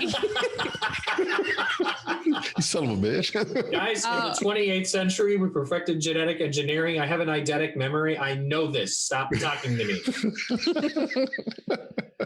So there's one thing about the scene stay around. that struck me kind of funny. So I've recently been rewatching The West Wing, and there's a lot of times where main characters like to go off from this really obscure historical fact and then apply it to our modern thing, and then just like, that's our inspirational speech kind of thing, right? Yeah. This Saru little speech was totally Bartlett explaining someone. Like, it was like Bartlett telling someone like, then we'll go to the moon, and from the moon we can do X, and it was very, very Aaron Sorkin-esque to me, which I love.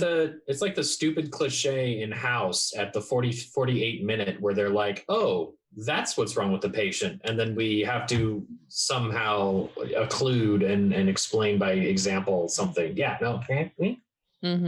Well, there is a serious issue with what's left of the Federation, and that's that they have their tail between their legs, and they're just like trying to build what they have with what they have. And exploration is a huge part of what made the Federation so what it was, in years past. And so I wouldn't imagine there's going to be a lot to go explore, but at least they can help out and rebuild. I think that's their whole thing, is like, let us help rebuild and make something kind of great. Right. Because they're in survival mode right now. They're not in exploration mode. They're probably not even really they're not in the shipbuilding, I wouldn't imagine, or he said that they've been in triage for a long time. Yes. Yeah. You're in survival mode. You're keeping what you've got, trying to hold on to that. You've unfortunately lost that luxury of exploring and the shipbuilding and all the other extracurricular activities.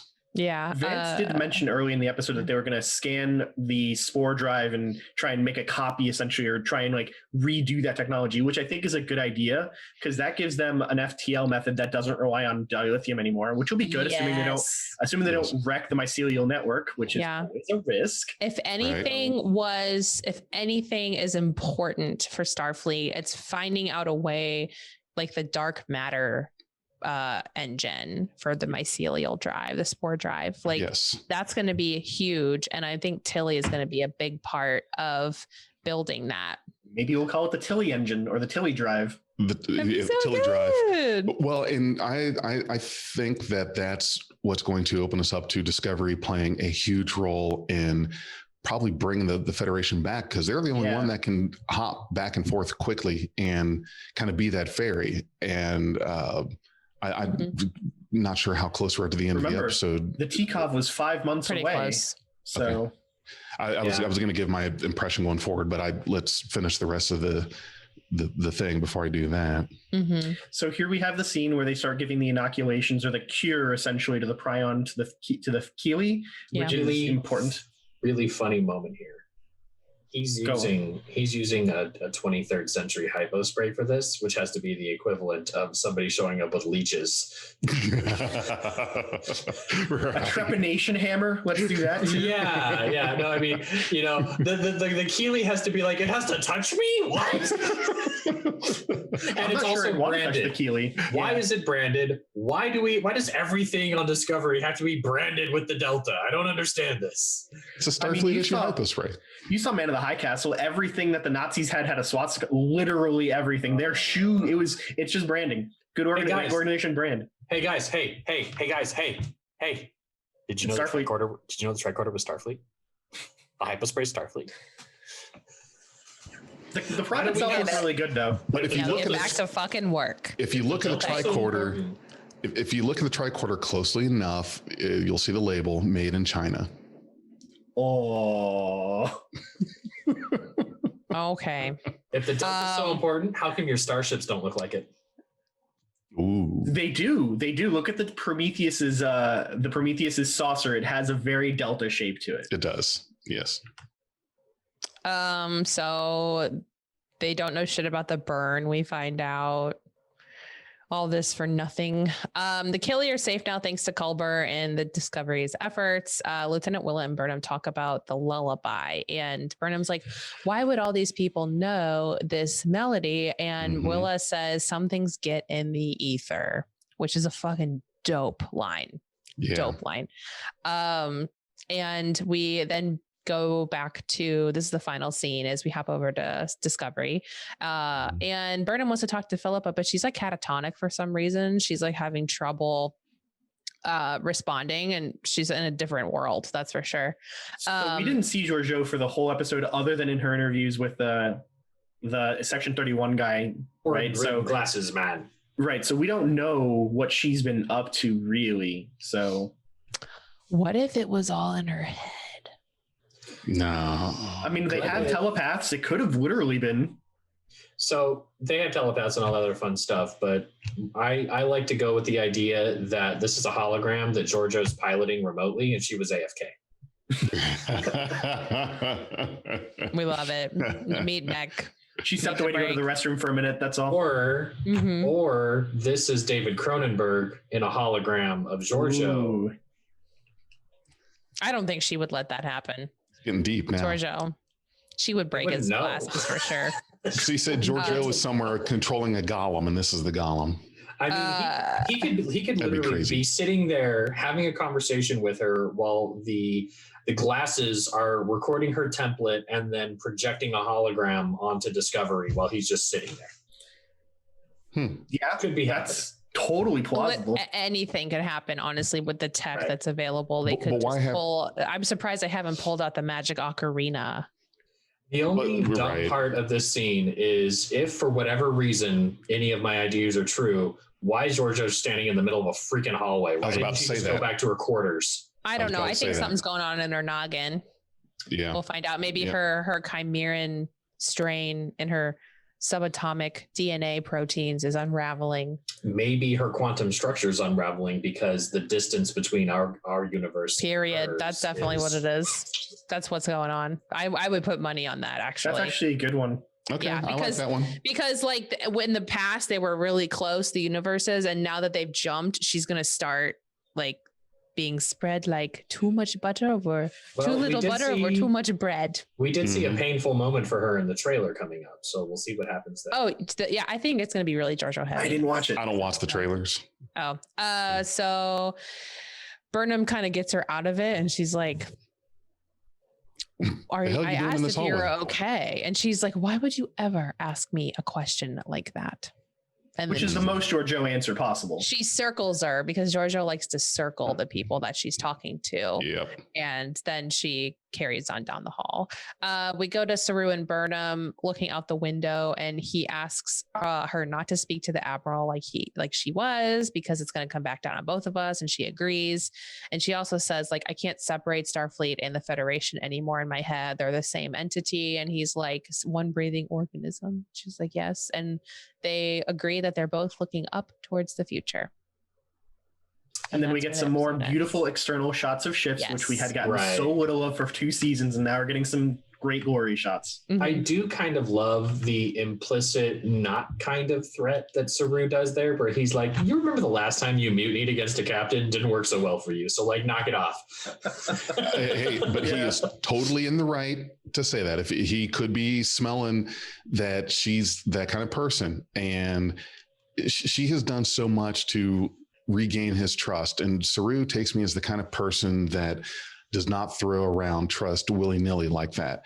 And if you're able to regain it, then you need to hold on to it. And if I see that you're going down a path where you could risk losing that trust again, then he's at least saying, okay, slow your roll. This is what got you into trouble before. And this whole roguish attitude you've got to put a handle on it. Just control it, right? Like, Just control it, she's definitely an asset because she knows this time period Yes. better. But yeah, definitely don't go buck wild with it, because you can definitely offend people that you need as allies. Right. So my overall impression for the episode is I quite liked it. I felt that it was a good exploration of both the Federation, what it's become. It updates us on a lot of things. It had like a good amount of data dump for us. It Mhm. explored good old stories and ideas too. Overall, really good. I still am sad that we're losing Nhan because I liked the character. Mhm. But yeah, I thought that it was solid, really good. Like most people, I got kind of choked up during the goodbye scene too. So the performance was great. I was very happy with the episode. It felt like a good, solid, classic Trap episode. Mm-hmm. Yeah, for sure. I'm aligned with that. I don't have much more to add. I agree with you, Renzo. It did feel like we were a little more into that old school Trek of, we have a problem. We have Very to go contained story. Yes, we have to go do a thing. We have to get something to find that there's a problem. We need a cure. You've got your away team, and right, the beats. And that's something that they've been a lot better about with this season. And also we saw that some last season is getting some more of those beats of what we're used to seeing in Star Trek with these missions. This felt a little more like the old school bottle episodes that we would get back in the heyday in the 90s of Trek. Yeah. And which is good. I know we're not going to get a lot of episodes that feel like that, but I am really anxious to see what happened during with the burn. Yeah, That's that's still like the on my main mind. thing. It's like, come on, let's get a little more. That'll be the bigger plot thread. Like, what happened and can we reverse this and blah, blah, blah. And I will say, like, I'm aligned with Renzo's depiction of the episode. I do think that the writing in some spots was kind of lackluster. But other than that, it was a good episode. Big J, you made a point a couple episodes ago about saying that, like, if Strange New Worlds is going to be like that episode, you're going to like it. I think Strange New Worlds is going to feel a lot like this episode. I think that's kind of how I'm expecting it to go. Yes. It's going to be self-contained, pretty encapsulated bottle episodes, like you said, because this was definitely a bottle episode, and it's going to be that. And I think that's a good a good path for that show. It is, absolutely. Dag, what about you? What do you think of this one? I rather liked it. I am hyped up on the history, what happened between this and then. And so I'm waiting for that. And the seed pod thing was really good world building for me. But what I would really like is a short trek that's just 15 minutes of here's what happened every single year between then and now. And that would be really the path to 3181 or whatever. Right. I'm just kind of I'm a history junkie, and combining history with Star Trek would be like, there's a whole 1,000 years to learn about it. I'm so excited to know what all that is. And I think I mentioned it earlier. It would have been great if they had given Discovery like a data packet that's like, here are the key milestones that happened in galactic politics for the last 1,000 years. And if we could just mention these things in episodes, I don't need it to be focused. Give me a short trek for that. But I don't need a history lesson in the episode. I just need the Andorians left 150 years ago. So that was before the burn. So why'd they join the Orions and blah, blah, blah, blah, blah. That would be a good thing to just a tidbit to know. Yep. But I wonder if they'll follow along with the beta canon story for the Orions. Because in beta canon, like the 25th century, they had like a population disaster. Like they were running out of people kind of thing. And they ended up leaving the Federation because the Federation wouldn't let them genetically engineer themselves to have simpler offspring. Instead of having groupings of 4, it was groupings of 2 is what they wanted to modify themselves to do. Oh, you mean the Andorians? You did say the Orions. I'm sorry, I meant to say Andorians. Yes. Mm-hmm. Yeah. Okay. Yeah. No, that would be very interesting. There's a lot of space to fill, and big galaxy. Right now we're filling it with speculation. And one thing the fandom has a tendency to do is, if you don't fill in the spaces for us, we're gonna argue like mad, and then but the problem is we're gonna come to a consensus online, and then we're gonna sort of establish that as the head canon supplanting real canon, and we're going to be invested in that because we've argued it, and then the show's going to throw us a doozy, and we're going to go, no, that's not how it's supposed to be. It's like, wait, whoa, my head canon does not get to trump canon. You're right. You got it. 100%. That's exactly what I'm afraid of. So we're going to see. We've got 7 more episodes, or 8, because there are 13 episodes this season. We just did number 5. Yeah. Yep. So I have just one question to ask. And let's be brief. To each of you, and I'm going to start in my camera. It's Jay, Watney, and Renzo. So we're going to go in that way. So Jay, you have to go first. But to each of you, in 2 sentences or less, what was your favorite moment from this episode? My favorite moment from this episode was the entry into the base and seeing all the new futuristic ships. Very cool. Very cool. Watney? My favorite moment in this episode was the goodbye between Burnham and Nhan. Yeah, that was very heartfelt. Renzo? Big J stole my answer. Absolutely, the arrival at the starbase. Everybody in the crew looking out the windows going, oh, look at the new shiny. That was totally my scene. It was definitely maybe my number 2 or 3 highlight for the episode. My number 1 moment was when they were trying to figure out what happened to Addis, and they stumbled upon the coronal mass ejection moment. They're trying to figure out, and they're arguing with each other, and they figure it out. And Will is like, despite the dysfunction, you make a good team. And Stamets is like, dysfunction is who we are. And Jet's like, no, it's not. She's like, dysfunction is the team. And Stamets is like, yeah, but we make it work. And Jet's like, no, we really don't. And that was my highlight moment. Great scene too. That's my number 2. Really cool. Yeah. But as soon as they hit that ion storm, I was very much like, mirror universe stuff. That scene was one of the best, I think, and meta scenes of the show, we've had in a long time. I think the only other scene that I thought was equally as interesting from like a meta perspective, analyzing the show's interactions, was the multiple holograms of Rios and Picard talking to each other and trying to talk to Raffi. That scene was also incredible to me, about like just as a way to look at the show from one scene. Here you can look at the show from one scene. Excellent. Well, and there was also another meta call out when the hologram is analyzing Burnham and Saru, and it says to Burnham, are you prone to emotional exaggeration? which is one thing that the fandom has pointed out, and it's like, well, okay, we've made it a meta thing now. Mm-hmm. Well, thank you for your time today, co-hosts and listeners. Thank you for sticking with us. I'm going to tell you a little bit about us online. If you want to support us online, we have a Patreon, patreon.com/BeyondTrek. If you want to talk to us online, we have a Twitter, which is where Dag lives, twitter.com/BeyondTrekPod or just @BeyondTrekPod. And we have an Instagram too, @BeyondTrekPodcast, and Facebook.com/BeyondTrekProductions. You can like and follow us there. I'd like to give a super special shout out to Stephanie Baker and Jim Cook, our Patreon and Anchor donators, and John from Cygnus-X1.net, who provides the stills that we use to in our YouTube videos to kind of like analyze episodes. So couldn't do that without you guys. Thank you so much, co-hosts. It's been real. Oh yeah, it's been real. Mm-hmm. We're gonna do it again. You guys. We'll see you next week. We are Beyond Trek Podcast. Lower your inhibitions and surrender your years. We will add inspirational and hilarious Trek content to your day. Your attention will adapt to subscribe to us. Resistance is futile.